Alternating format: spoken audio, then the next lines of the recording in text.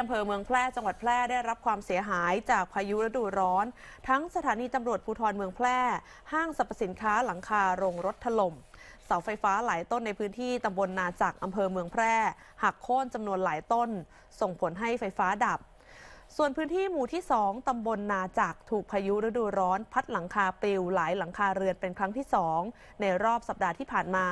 ส่วนหลังคาโกดังเก็บสินค้าก็ได้รับความเสียหายพังยุบลงมาด้วยเช่นกัน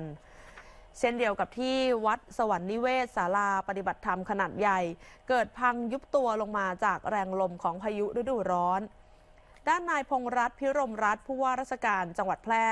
สั่งการให้ฝ่ายปกครองและองค์กรปกครองส่วนท้องถิ่นสำรวจความเสียหายและให้ความช่วยเหลืออย่างเร่งด่วนขณะที่ค่ายพระยาชัยบูรณ์ได้จัดกำลังพลลงพื้นที่กว่า50นายช่วยเหลือประชาชนที่ได้รับความเดือดร้อน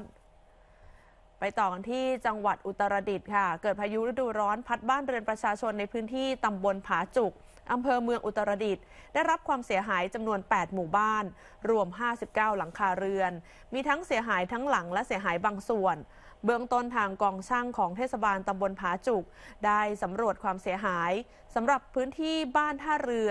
ซึ่งก็ส่วนใหญ่เป็นแพร้านอาหารและบริการนักท่องเที่ยวก็ได้รับความเสียหายหลายจำนวนหลายหลังเช่นเดียวกัน